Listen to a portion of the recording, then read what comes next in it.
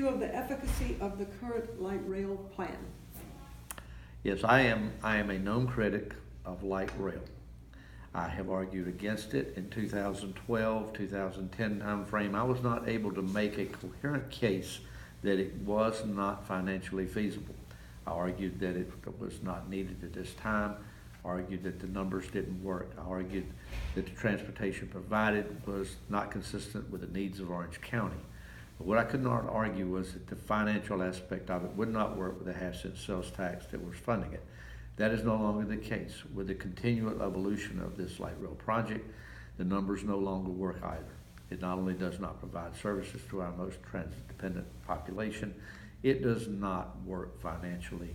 We are now in a process of trying to borrow money to cover shortfalls all the way out to 2062, with no indication that that will be the end of the shortfalls nor the end of the borrowing with long-term payoffs. What I want to be very clear about is there's a distinct difference between light rail transportation and transportation that serves the needs of the county. We need to start off with building a comprehensive urban-style transportation system in Carrboro, in Chapel Hill, involving our university-oriented system that we have now to a truly urban system that provides truly dependable and timely transportation. At the same time, we were moving for a better system in Hillsborough and building out transit and transportation for needs of the county. You're talking about good old bus. Good old bus.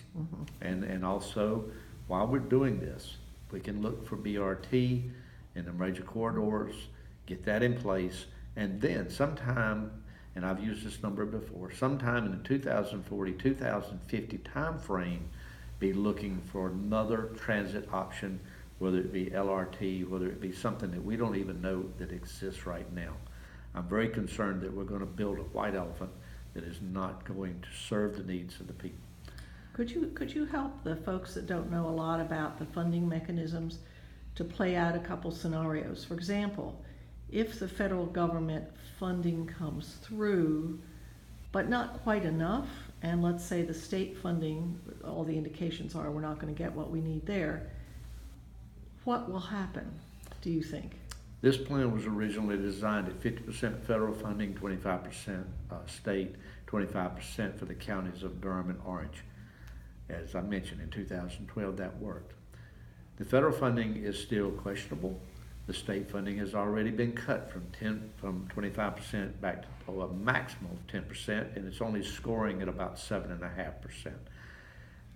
Our board has already accepted the responsibility, along with the Durham board, to pick up that extra 15% the state did not fund. That has put us in a position of now the counties of Orange and Durham are responsible for 40% of the total cost of light rail and 100% of the cost of the TIFIA funding, which amounts to about $800 million over time out to 2062. Unfortunately, at the same time we were doing that, our board did not put into place protections for possibility of pulling away if this proved to be impossible for Orange County. We have no option to unilaterally decide not to go forward.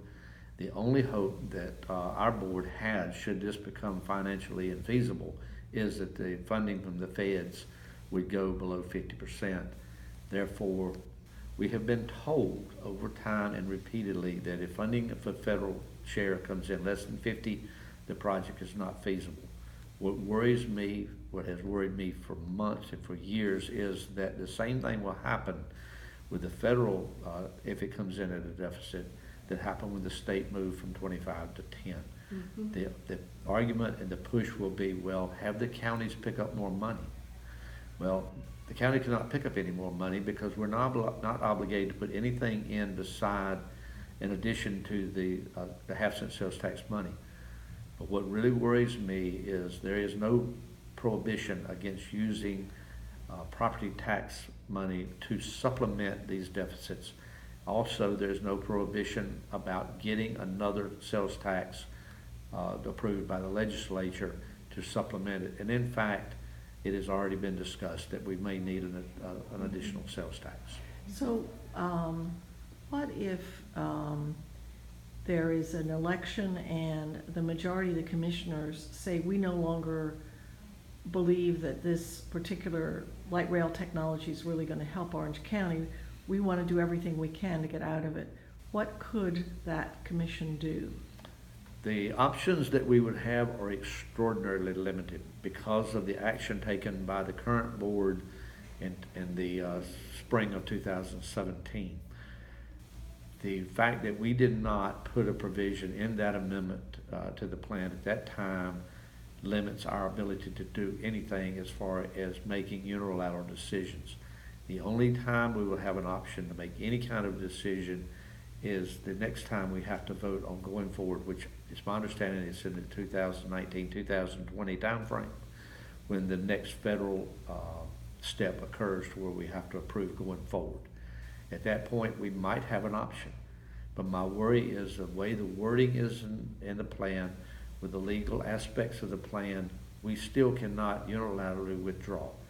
If our decision is to not go forward, then it goes to arbitration, or it goes to mediation. If that fails, it goes to arbitration.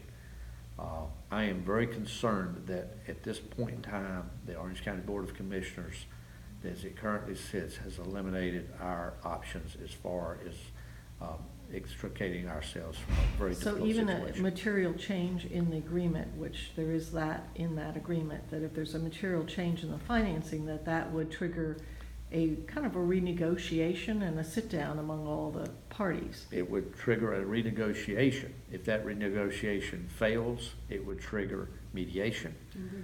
If that failed, it would trigger arbitration.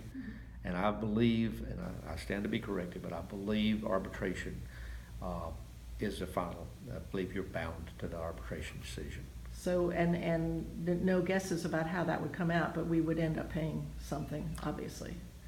Quite probably.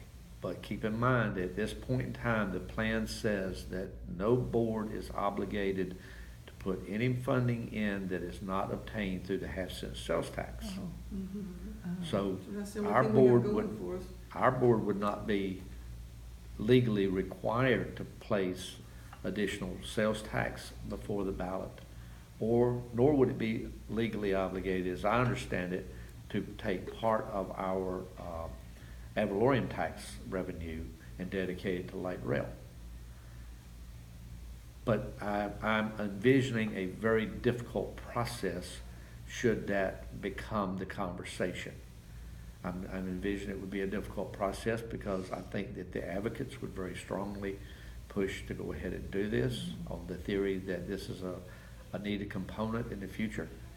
I'm afraid that it would become a difficult process because of our partners with the County of Durham, and particularly with Go Triangle, which seems to have absolutely no focus except building this at all costs, regardless of the consequences.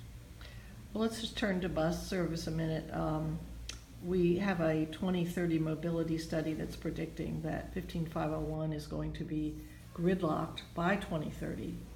And we don't have a solution, and clearly light rail is not going to help us there. So what suggestions do you have for us planning ahead? I think that I'll go back to the BRT possibility. There is BRT planned now for Chapel Hill. Unfortunately, in the last Orange-Durham Chapel Hill MPO meeting, the Metropolitan Planning Organization meeting that looks at prioritizing projects, the decision was made on a unique and unused, or previously unused, voting procedure, which was weighted voting, in which the County of Durham and Go Triangle had enough votes to outvote all the other partners to delay the application for BRT funding through the state STIP process. So that pushed that back. I don't know really how long it pushed it back, but I think that it hurt that considerably. But I think that we're going to have to focus on building out that spine network for BRT in order to alleviate some of this congestion. We're going to have to look at several options and maybe some options that we've not considered before.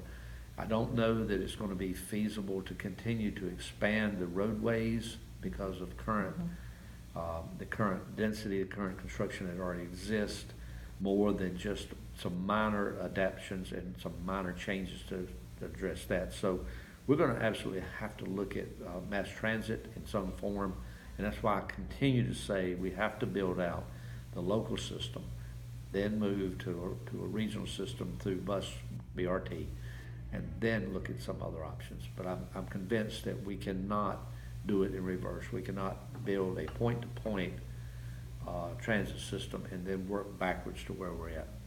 Thank you. Thank you. Excellent.